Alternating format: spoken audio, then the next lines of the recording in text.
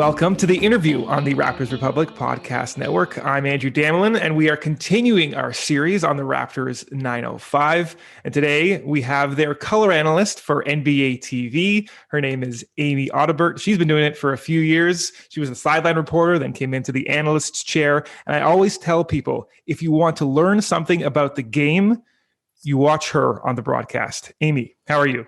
Oh, I feel so much better after that wonderful compliment. Thank you. I'm good. You know, we're in the middle of an NBA G League season, so this is about as good as it gets right now for us, right? Yeah, exactly. It's been nearly a year since we had basketball, so we didn't know if there was going to be a season. So both of us breathed a huge sigh of relief when we found out that we were going to be working the G League just for a brief amount of time, if anything. And before we even get into how the 905 are doing, I was just wondering, how is it commentating with Akil from, thousands of miles away, just sort of logistically, how's that going? It's going, I would tell you. I mean, we're up and running and going, and that's the most important thing. I will say this, when we listen to, and we've been doing this, like listening to these NBA games now since when did it restart? Like July last year. You always hear the commentators make sure that there's note that we're doing this remotely. And I totally get it, because there are so many things that happen within the game that the cameras don't pick up. And so not complaining, because so blessed to be doing it right now, but it certainly is different and it's an adjustment. And I'm not going to lie. I hope it doesn't stay like this. I hope when everything normalizes, or we can safely get back to gyms, that the networks and the companies and decision makers still find value in having us in the gyms, because we do miss a lot of things, but at the same time, just being able to call basketball games is definitely something I never take for granted, but in the middle of a global pandemic, not taking for granted. For sure. It's just a microcosm of everything, just trying to do the best you can in a difficult situation in the most minor of ways in terms of the G League. And so in terms of the Raptors 905, they're 6 games into the season. So 40% of the way done in a 15-game sprint. They started out 6 games in 8 days, and their top first-round draft pick, Malachi Flynn, sort of lit the G League up a little bit. He has put up a season-high 35 points a few days ago, got his call-up, played 3 games in 2 days, along with 8 games in 10 days.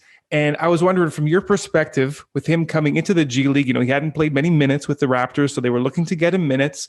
What about him has impressed you the most in his time in the bubble?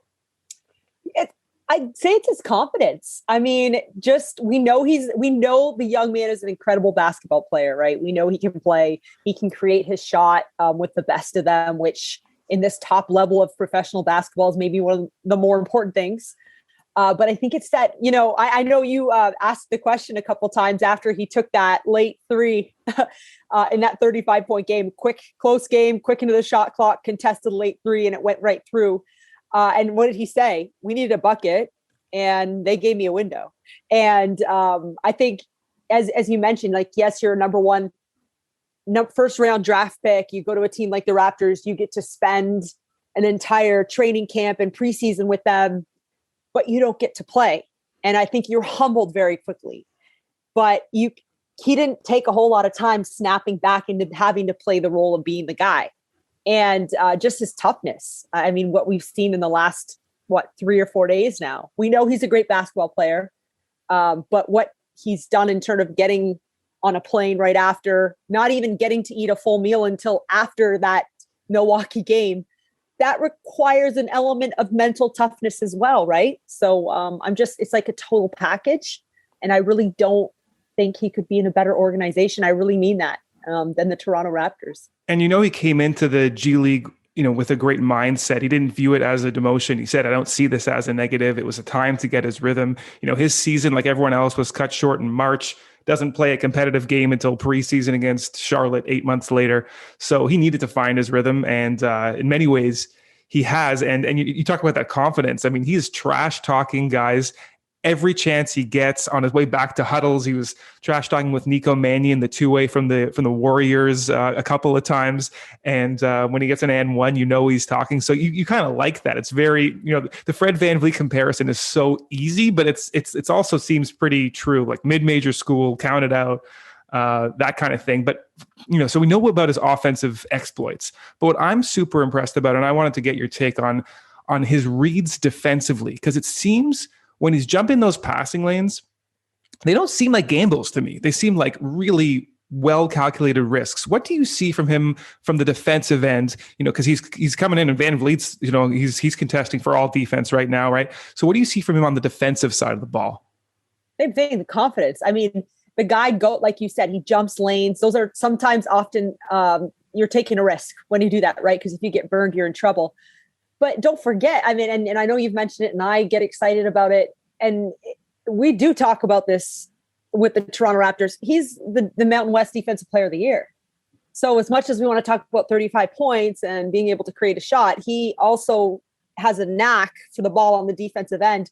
For me, it's his athleticism as well, right? Yes, he has a great IQ, but so you don't often see it kind of hybrid together where you've got a guy that is extremely athletic. His body control is out of this world, but then he also has the mental IQ, when to jump those passing lanes, high pressure. There's talking going on. He's a bulldog on that end of the court as well. And it's, the 905 have talked about that first layer of defense being the problem in the first couple games. Well, I don't think it was as much for Malachi, a first layer, like he's in your face all the time. So it's certainly been impressive on both ends of the court. Yeah, he's definitely impressed his coaches. We spoke to the assistant coach, Eric Curry, today. He talked about how impressed he was. And Nik Stauskas also talked about how impressed he was. And he said that, they've let Malachi find his rhythm and he's really flourished. And Stauskas is kind of on the different end of the spectrum, if you will. Malachi comes down as the first round pick. You're developing here, but we're priming you for the NBA. Stauskas, 5 years, an NBA veteran, out of the league, spends the next season in Spain before injuring himself in February. He had knee surgery. The G League was his first competitive basketball in a year. And, he's already gone through like the shooter's slump, and he kind of come back from it in the last game. He made 4 threes. And, the Mississauga kid, right? 905, obviously from Mississauga. I think everyone's big overhanging question is, what does Nik have to do? What does he have to show in order to get that next chance to come back to the NBA? I think he's doing it. And I mean, I hammer on it all the time. He's getting to the rim. Everyone knows. And even Patrick Mutombo, he says he's one of the best shooters in the world. He is. Everyone knows that's his specialty. But his shooting numbers have been down a little bit to start the season. He's getting the free throw line, an average of 3 times a game, and I think that's what you have to show. Now, don't get me wrong. He's got to start hitting some shots as well, right? But if the 905 can continue on with this kind of winning record and looking good together, and teams are scouting, and it is situational. I do believe for him, he hasn't stuck on a roster because of just what teams need. But if he can kind of get set on fire a bit from long range, because he has shown that ability to attack and also that will to attack, right? He's not just hanging out there. I've been really impressed with that, to be honest, because even myself, like when we kind of pre-scout players, like, the top of Nik's scout is he's a shooter.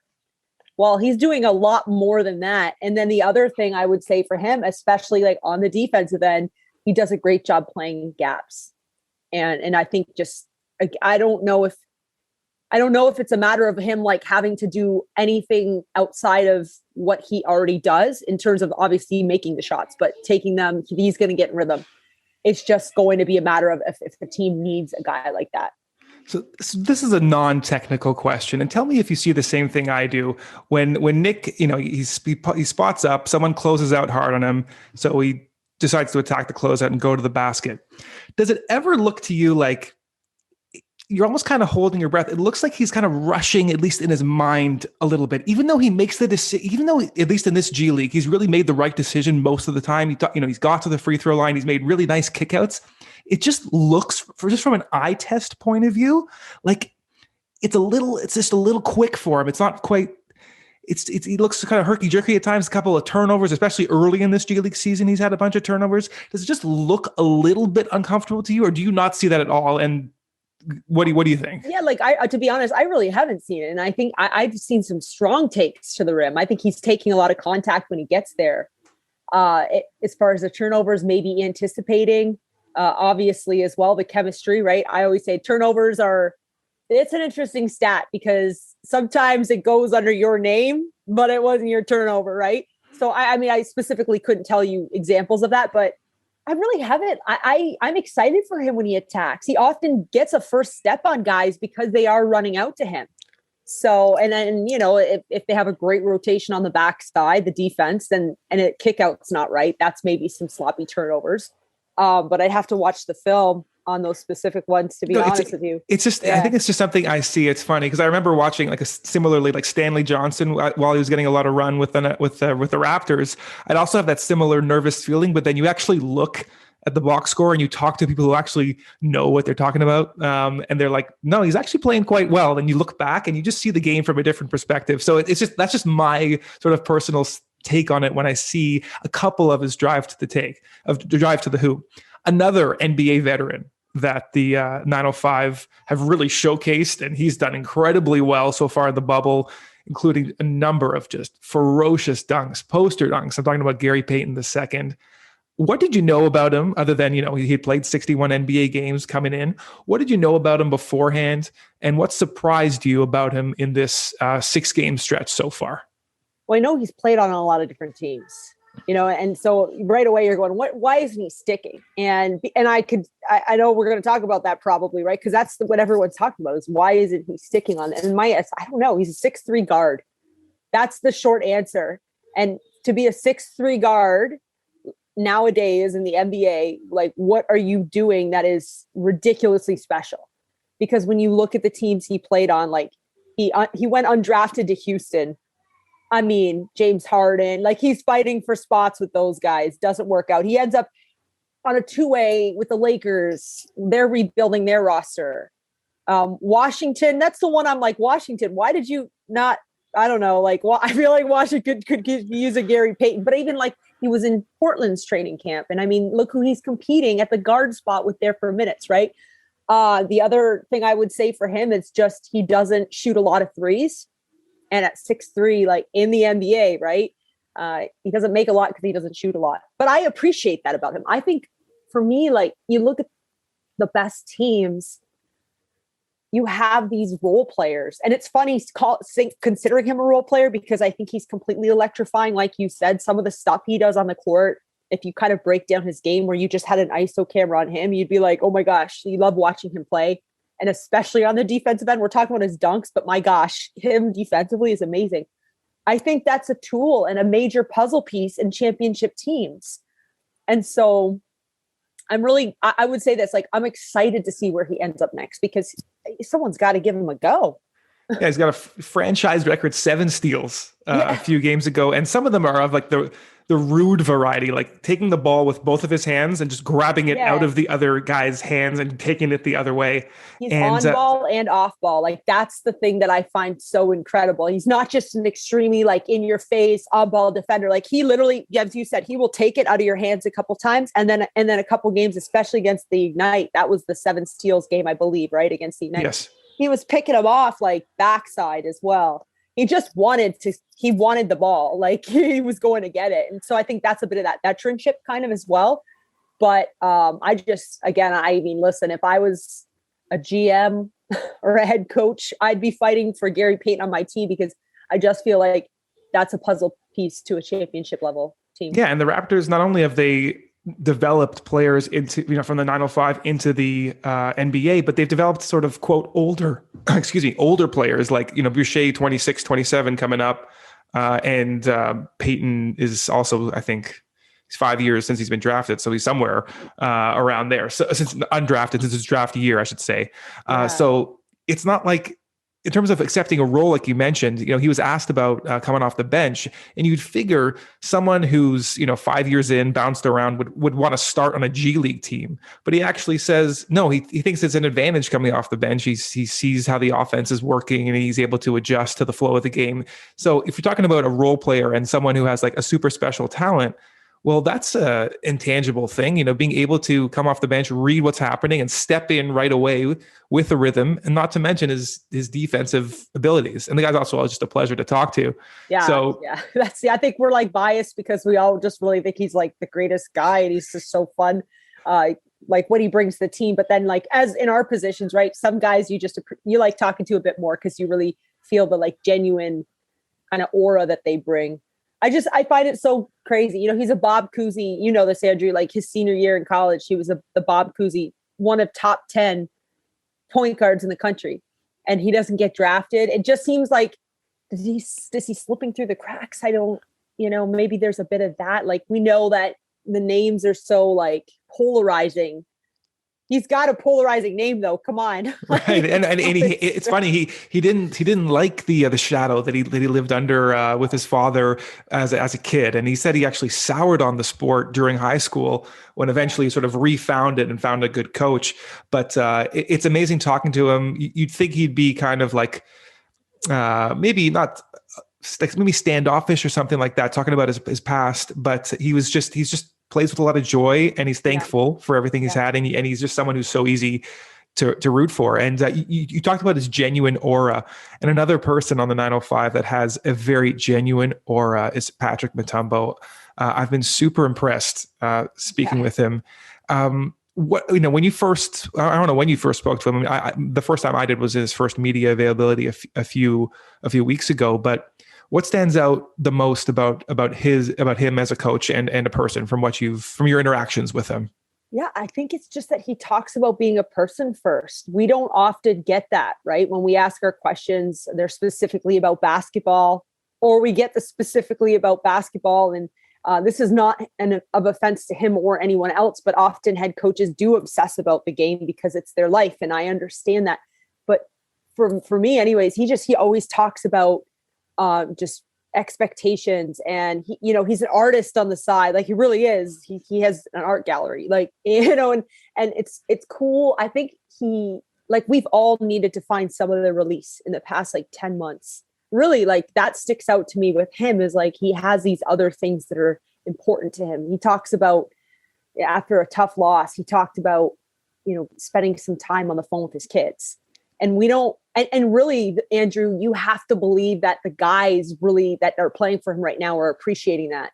This 15 games in 25 days is going to come down to the team that can just get it together the quickest. It really is, and there's this little extra nuance that he brings to this team where they're in this crazy situation. And yes, it's 90% about basketball, but that there's so much weight in that other 10%. And he checks all those boxes, in my opinion. But in terms of the basketball stuff as well, like, I love, he's kind of old school in that, like, if he's upset about something, he'll say, like, that's not going to cut it for me. If they got out rebounded, we have to make a decision just to go get the ball. Like, let's not talk about schematically where we weren't great or where we could be better. Like, let's just go get the ball. And so I appreciate that part of him too. I think he's really, you never feel intimidated or threatened, even after a loss. I'd imagine the guys feel pretty lucky to be playing with him right now. Yeah, I love the word nuance. He's definitely a nuanced guy. He's self-aware enough too. He's in his first year as a head coach. He's under some pressure too. I'm sure a lot of from himself that he puts on, but he talked about after that, I think it was the G League Ignite loss. He said, I forget what the question was, but he said, I'm too emotional right now to answer that type of question. I need to step back. Like you said, I need to talk with my wife and kids. I need them to tell me what went wrong and how I need to correct it. So he's self-aware enough for that. And as a first-year head coach, that's really important. In Nick Nurse's book, And you can hear the talking points that Mutombo sort of repeats from Nurse's book. Is when Nurse started out coaching, he said, I wanted to control everything, and my team was getting I couldn't imagine how tired my team was of my voice.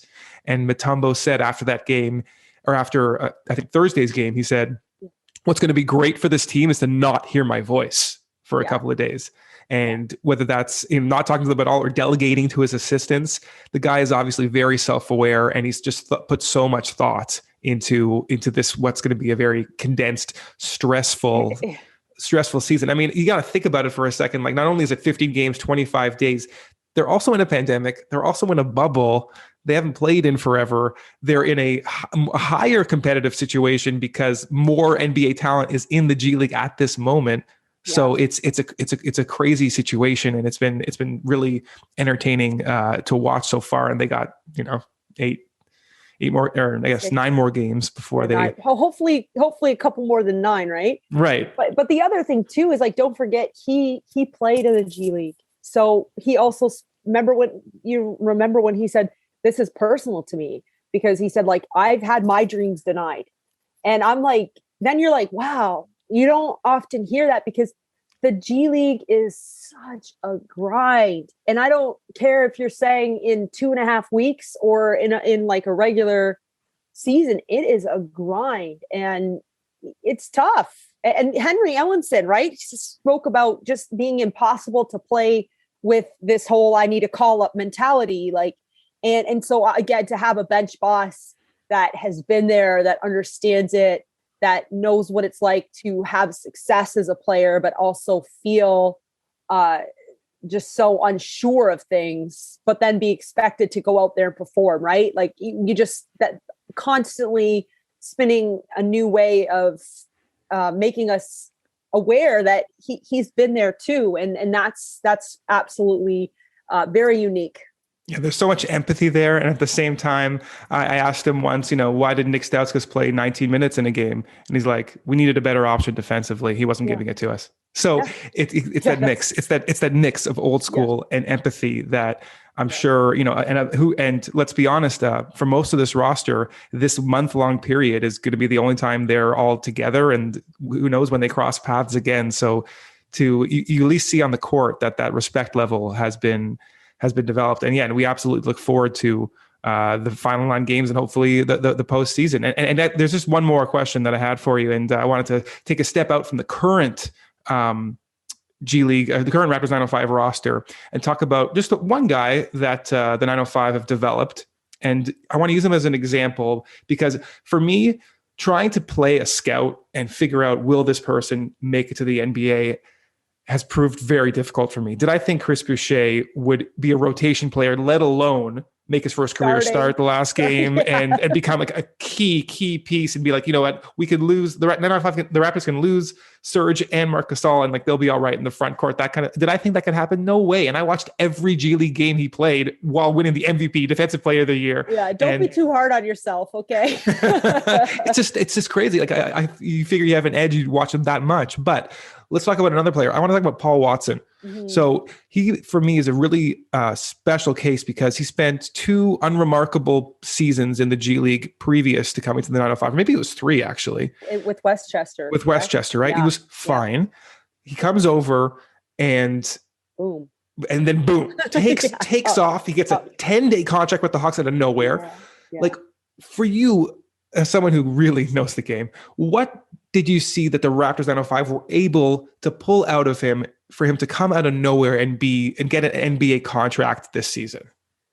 So that was kind of a lot of my questions last year is what is it this year? Because last year was my first year as the analyst, right? So I'm kind of like, okay, everyone talks about the development of like this program and these guys. Okay, what am I seeing this year?